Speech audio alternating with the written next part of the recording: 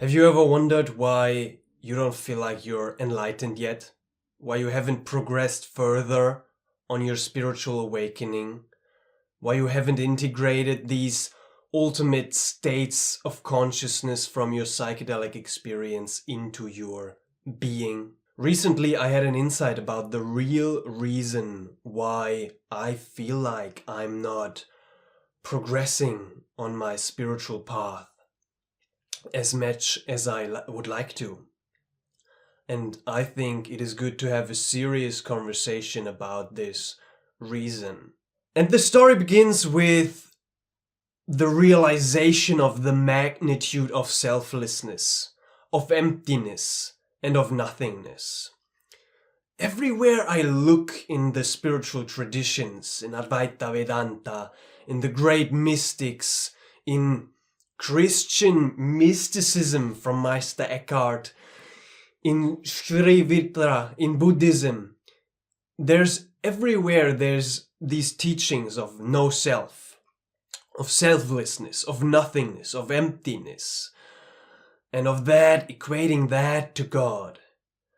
And I've read the teachings and understood the teachings kind of intellectually. But the deeper I go into my practice and the more I raise my awareness, the more I realize the magnitude of what that actually entails. And the more I also realize how full of myself I still am.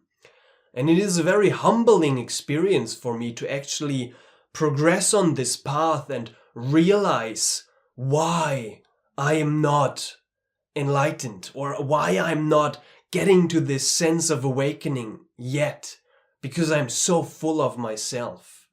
And then there arises a certain kind of shame also from not truly desiring God. Sri Anandama said, to the extent to which one becomes indifferent to worldly pursuits, will one progress towards real bliss.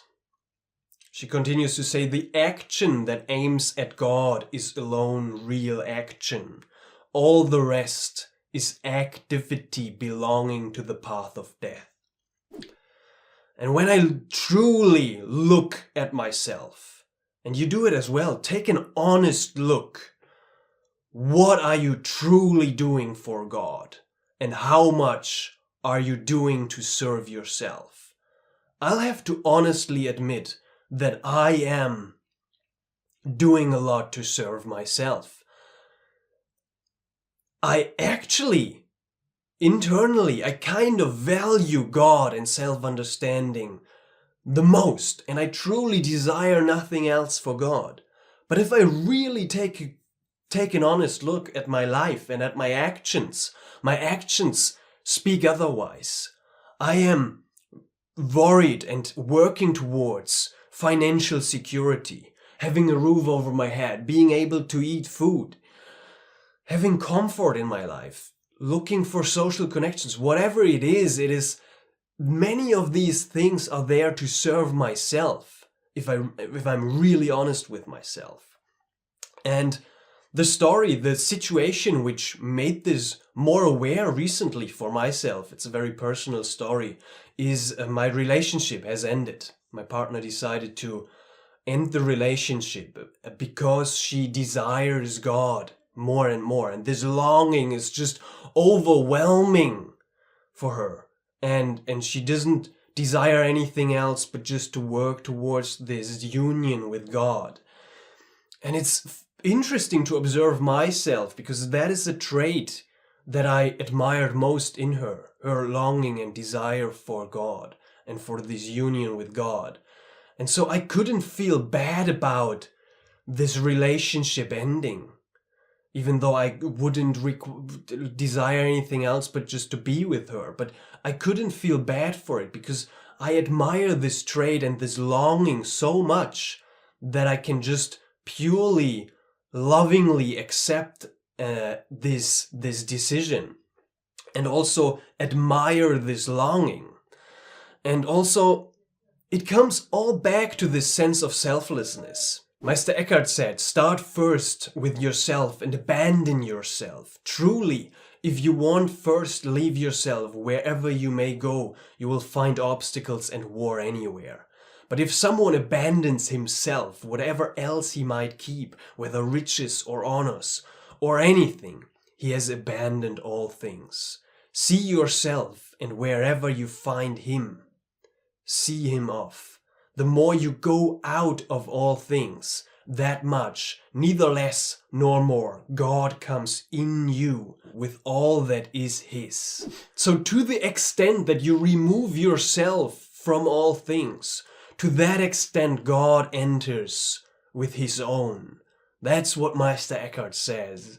And to truly, deeply understand it, to truly embody this letting go of yourself, putting yourself aside for God. For me, in my current state, honestly, it's hard to wrap my mind around what it actually means to put myself aside. And also, I will have to honestly admit, again, the real reason why I'm not progressing on this path of awakening or enlightenment, or why I'm not kind of there yet, is I'll have to admit that I'm afraid. I am deep down, I think there's a certain fear inside of my being of like not being taken care of, not having anything under my control. So then this fear of security is coming up, even though I might think that I'm not afraid of losing any security because I know I'm taken care of. Underlying this overlaying knowing or sentence I tell myself, there is a deeper sense of fear of like, if I give up anything and only serve God, whatever that means and whatever that even might look like, I don't really know. But whatever that entails, I am afraid of fully diving into this infinity, even though on a certain level I know there's only love. So that is an interesting one that I've observed for myself recently, because my actions speak towards financial security, towards building a life, towards achieving something for myself. But as Nisargadatta said, give up all and you gain all. As Mr. Beige said, giving up everything is simply the price of inheriting everything else. And Meister Eckhart goes on to say, people who have let go of themselves are so pure that the world cannot harm them. So really letting that sink in and kind of taking this realization and really embodying that, I think this is where the work is for myself.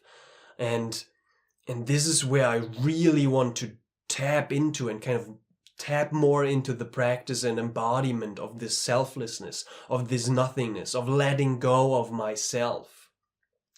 And also, of course, there is this certain other perspective that seeking is awakening. Nisargadatta said, I am itself is God. The seeking itself is God, right? Truth is here. All form is God, as Anandama said. All is of the One. All is the One. Right here, right now. This is it. Awakening is right here. And this is the perspective through which I got into awakening as well. The Zen, the realization that it is all here, or it is all now. Great. And then I forget it again. And yet don't fool yourself. Let us not fool ourselves and think we're there. Think we've embodied this understanding and integrated this realization of liberation. I think it's good to be very careful with our belief that we have transcended duality, that we have truly embodied selflessness, and then be humble, embody this humility, and maybe admit that we're not quite there yet. That's what I have to do. Because look at your life, look at your consciousness. God is here. This is it. But do you really see Him? Do you recognize God in all right here, right now? Be honest. Be really honest. And if not, do you feel that longing? That is another part, this part of the longing, what I said with my relationship. my ex-partner, she's longing for God, and I admire that so much, because in myself, even though I would like to long for God, I don't feel this burning desire. It is not burning yet. And Meister Eckhart says the soul must long for God in order to be set aflame by God's love. But if the soul cannot yet feel the longing, then it must long for the longing. To long for the longing is also from God.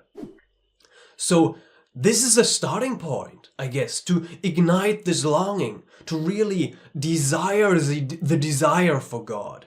And this is kind of the first step of practicing the selflessness, because in God's fire there can be nothing left of ourselves. So I want to fall in love with that seeking impulse, because it's the same as loving God. It is the same as loving my true self, of the core of who I am. I think Meister Eckhart also said, all desire is a desire for God. If you desire anything else but God, you also just desire God. You just don't realize it yet. I think that was a really funny one. And you must find within yourself to want to purify your mind evermore, until it is so clear that you can let God flow through it. And I think it's just good to ask ourselves where we are on our journey, where we are with our longing in God, how much we truly embody these teachings, these non-dual teachings, these teachings of emptiness, of no self, of selflessness, of nothingness, of the true love of God. And then also taking a look of what are we actually prioritizing, and could we die just knowing that our heart never truly prioritized God and this union with God? I think there is a truth and there is a knowing inside of myself and inside of all of ourselves that this awakening, this self-realization, this enlightenment and liberation is what we truly desire. And it is the only thing we could only truly desire. And it is the only thing that would give us this true bliss, which is ever present in existence and throughout all form. But then really looking at ourselves and looking at our life of like, why are we not prioritizing it then? And I think this real prioritization and this real longing to really cultivate this seeking impulse and this love for God and desire for God and desire to just practice it in every moment, see God in everything and really try to do that. This is the reason why we are not there yet. This is the reason why we're struggling. This is the reason why we're suffering. Because we are so full of ourselves. Because our actions actually demonstrate that we are desiring things that serve our self, our egoistic self, our small sense of self.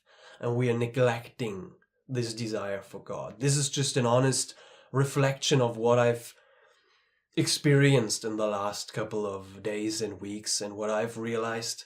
And there is a shame that comes with that realization of, oh, I am actually not prioritizing God. So that's an interesting one to contemplate. Contemplate it for yourself. If you want to have a conversation, a coaching conversation regarding this integration process of that realization, you can book a free one-on-one call with me. And we can have a conversation if coaching might be a tool to help you to move towards cultivating this true desire for God, if that is something that sounds interesting for you. And also how to relate it back to the psychedelic experience, bring the insight back into our life and actually live it on a moment-to-moment basis. Otherwise, I can just say all the love on your journey. Much love, many blessings, and see you on the other side.